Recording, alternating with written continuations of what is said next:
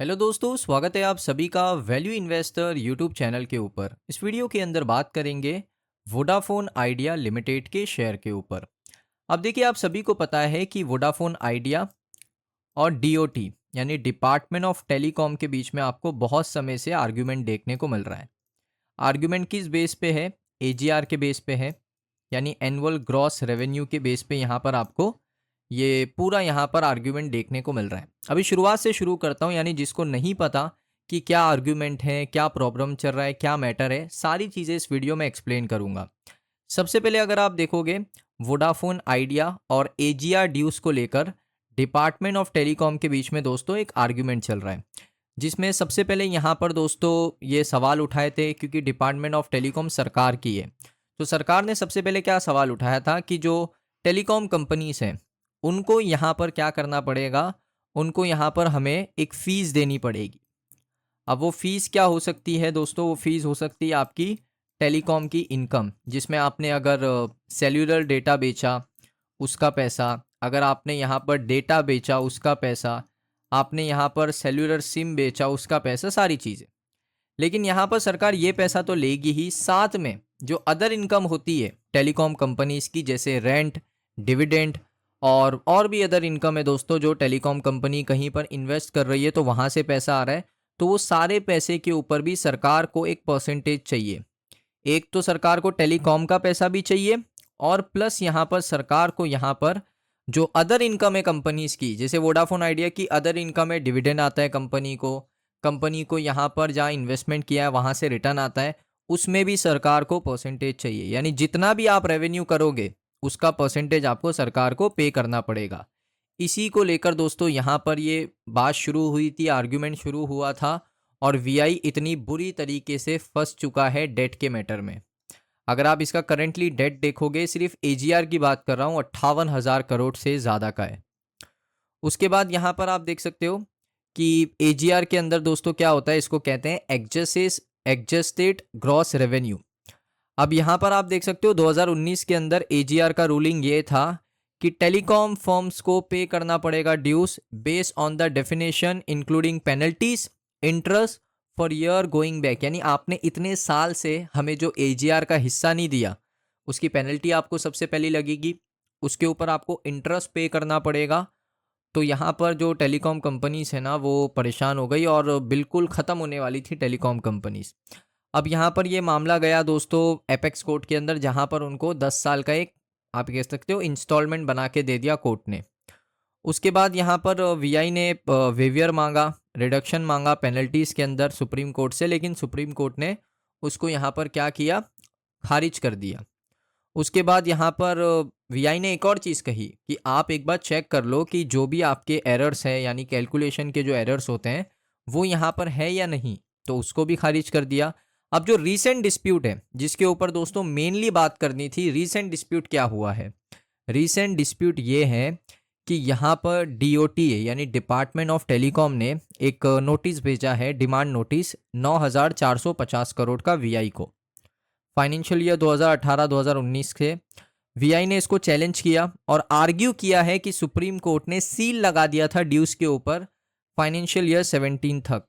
तो आप कैसे हमें यहाँ पर 9,450 करोड़ का डिमांड नोटिस भेज सकते हो?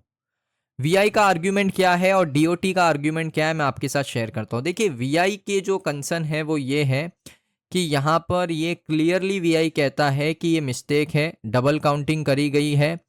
उसके बाद सुप्रीम कोर्ट की जो रूलिंग है उसको वॉयलेट किया गया है डीओटी के द्वारा। वीआई का ये क्लेम है कि डीओटी ने सुप्रीम कोर्ट की रूलिंग को क्या किया है दोस्तों, आप कह सकते हो वॉयलेट किया है, उसके रूल को तोड़ा है, और उन्होंने हमसे पैसे मांगे। यही बात है कि रूल को तोड़ने की, क्योंकि जब आपको सुप्रीम कोर्ट ने कह दिया कि इसके आगे आप यहाँ पर कुछ भी डिमांड नहीं कर सकते, सील लग गया, इतना हमारा एजीआर है, हम आपको इंस्टॉलमेंट पे सारी चीज़ें पे कर रहे हैं, तो आप हमें और भी ज़्यादा यहाँ पर क्या कर सकते हो, पैसे नहीं मांग सकते आप हमारे से। जब सुप्रीम कोर्ट ने सील लगा दिया, बंद कर दिया, वीआई का ये कहना है कि हम ऑलरेडी बहुत ज़्यादा डेट में हैं, स्पेशली पेनल्टीज़ और इंटरेस्ट हमारे ऊपर बहुत ज़्यादा है, सरवाइव करना बड़ा मुश्किल है, और अभी हमें 4G 5G से आगे बढ़ के नेटवर्क में इन्वेस्ट करने के लिए भी पैसे चाहिए। अब यहाँ पर देखिए वीआई का स्टांस और सरकार का स्टांस मैं आपको सिंपल कर देता हूँ। वीआई का स्टांस क्या है? वीआई ये कह रहा है कि जब आपको 2020 में सुप्रीम कोर्ट ने यहाँ पर हमारे एजीआर के ऊपर क्या कर दिया था, रोक लगा दी थी कि इतना अमाउंट, एक एक्स अमाउंट है दोस्तों, इतना अमाउंट के आगे नहीं पे करना पड़ेगा। एक सील लग गई थी कि फाइनेंशियल ईयर 16-17 के आगे आपको एजीआर नहीं पे करना पड़ेगा। ये सुप्रीम कोर्ट की रूलिंग है, सुप्रीम कोर्ट का स्टेटमेंट है। अब जो सरकार का टेक क्या है, वीआई अपनी जगह बिल्कुल सही है। फाइनेंशियल ईयर 16-17 तक एजीआर नहीं पे करना है। फाइनेंशियल ईयर 16-17 तक जो एजीआर है उसके आगे के जो ईयर है 18, 19, 20, 21, 23, 24, 25, वहां पर एजीआर अभी नहीं पे करना है। आपको सिर्फ फाइनेंशियल ईयर 16-17 तक एजीआर पे करना है। ये बिल्कुल सही कह रहा है वीआई। लेकिन सरकार का यहाँ पर टेक क्या है? सरकार ये कह रही है कि हम आपसे आगे का पैसा थोड़ी मांग रहे, हमने थोड़ा मिस कैलकुलेशन किया था। पुराने जो आपके बिल्स है, पुराने जो एजीआर के ड्यूस है, उस पर थोड़ा मिस कैलकुलेशन हो चुका है।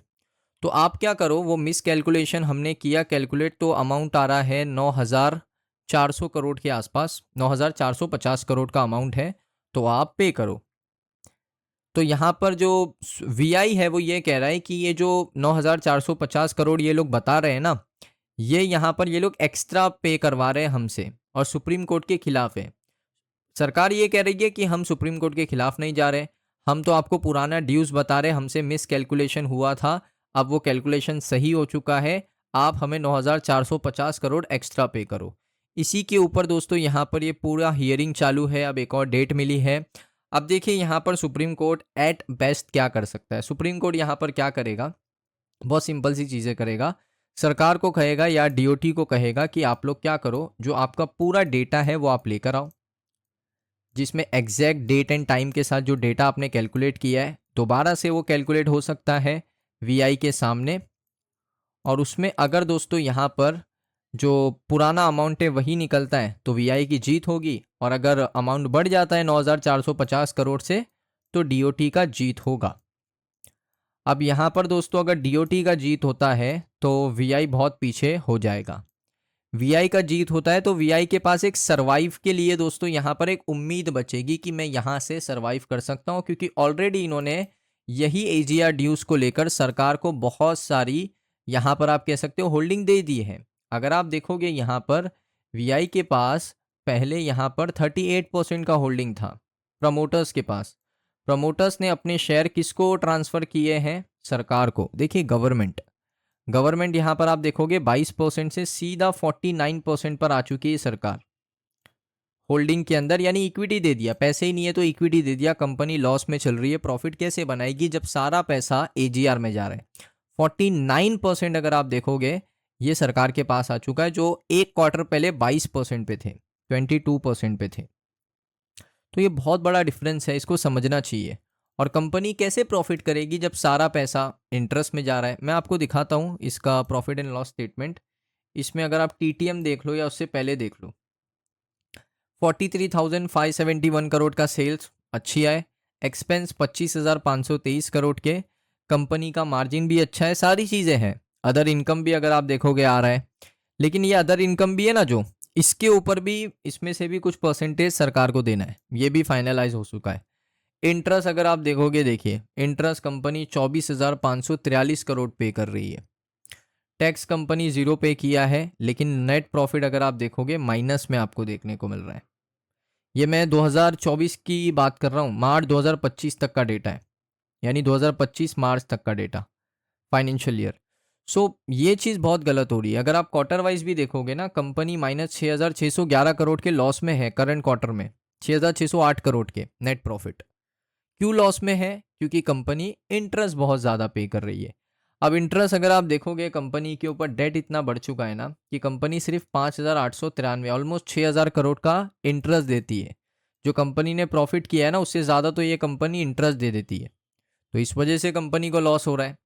सो यहाँ पर वीआई की जो आप कह सकते हो स्थिति है वो बहुत ख़राब है। सो दोस्तों, आपकी क्या राय है वीआई के ऊपर, आप कमेंट सेक्शन में ज़रूर बताइए। अगर आपको वीडियो अच्छा लगा, कुछ नया सीखने को मिला, तो वीडियो को लाइक करें। मिलता हूँ नेक्स्ट वीडियो के अंदर।